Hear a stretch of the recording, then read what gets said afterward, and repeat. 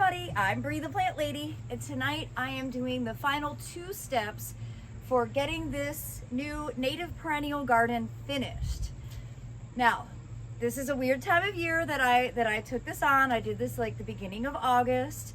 We're now in the middle of August, and I've been wanting to find some plants that I can direct seed in here that'll just germinate in place and kind of fill in the gaps to make it look more interesting, also help prevent problem weeds from establishing.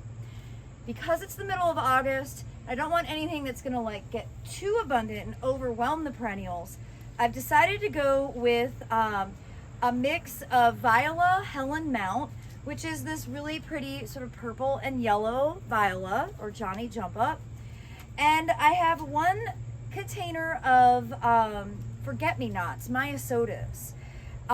These don't typically do great in my climate, but I'm gonna try doing this sort of late summer, early fall sow in hopes that maybe I'll actually get these to establish and have some flowers next spring. Now, I also have a pack of Cleome, and I really don't think that Cleome is appropriate for being planted here. Sometimes I can't control myself when I have a packet of seeds.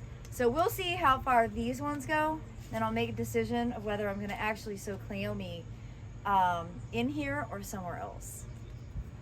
Okay, so sowing the seed is like ridiculously easy. So this is all sand with a little, the organic matter you see, that's the root balls of the barley from the live wall that I saved and put down as kind of an underlayer of organic matter.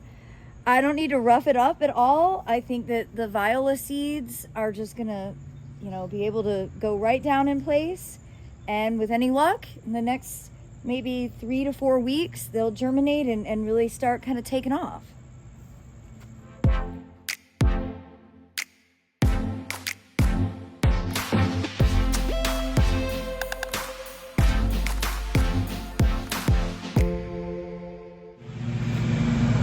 In the end, I decided to go ahead and sow the Cleome.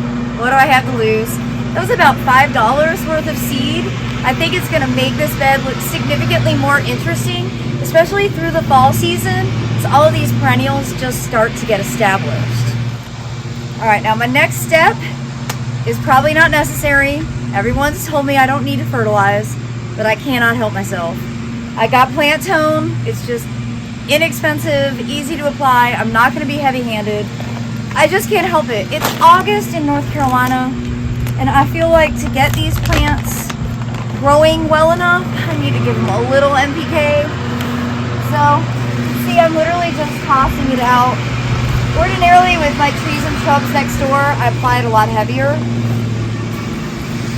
Exercising restraint.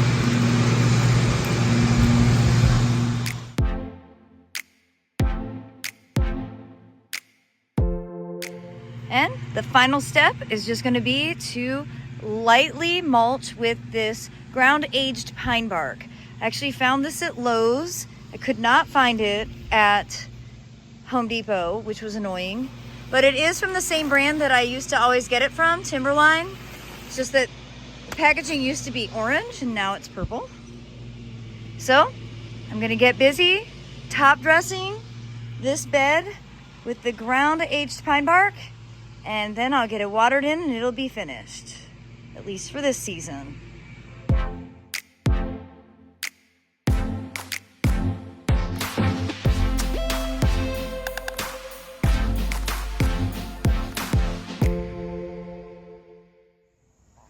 Well, I hope you agree. It looks a million times better with that really light layer of ground-aged pine bark. Along the driveway, I did it a little thicker, but really looking at like a ½ an inch, the sand is right there. So basically just painting the surface, not applying a dense, thick layer. I think it looks a lot better than the sand. And hopefully all the seeds that I just tossed down will germinate up through and all the open spaces will be filled in. Well, I have to tell you, I'm really excited about how this bed looks now.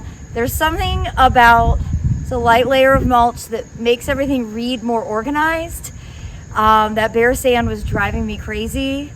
Again, this is my first touching my toe into the water of doing a native perennial garden. And so there are some ingrained habits in me that are going to be really hard to shake. So it'll just be really great to learn from the methods that I've just employed and see where I did things wrong and where things have worked well. And hopefully you all are along for the ride to learn right here with me. Well, I hope you will give me a like and be sure to subscribe. I will be including weekly updates in my weekly garden tours. And as always, thanks so much for watching, everybody.